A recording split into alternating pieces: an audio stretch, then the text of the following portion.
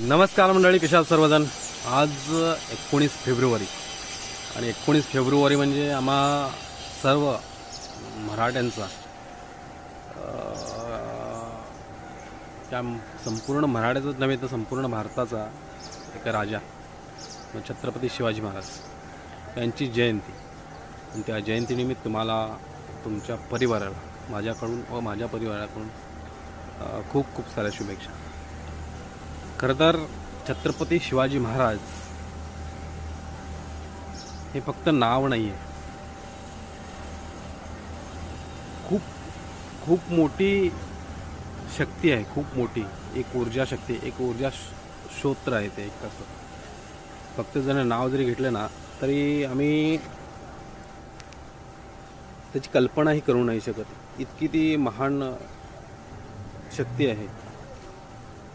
जरी आम्ही छत्रपती इतकं म्हटलं तरी महाराजांचं नाव, चेहरा, त्यांचा फोटो आम्ही जसा बघितला आहे ते आमच्या डोळ्यासमोर येतं.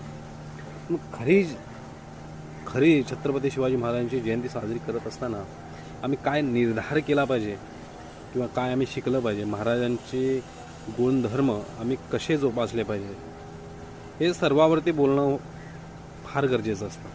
पण काही लोकांना छत्रपती शिवाजी महाराजांची जयंती म्हणजे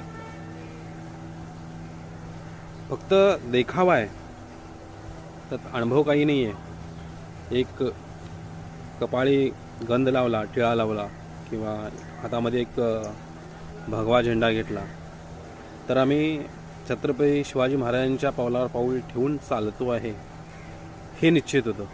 पण तसं नाही आहे मित्रांनो. छत्रपती शिवाजी महाराजांचे गुणधर्म फार वेगळे आहेत, आपण ते आत्मसात केले पाहिजेत. छत्रपती शिवाजी महाराज, छत्रपती संभाजी महाराज म्हणजे कुठल्या पावलावरती चालले आहेत, ते पाऊल त्यांनी कसं उचललं किंवा त्यांची प्रेरणा कशी घ्यावी, इतकं जरी माणसाला लक्षात आलं तर छत्रपती शिवाजी महाराज कळतील.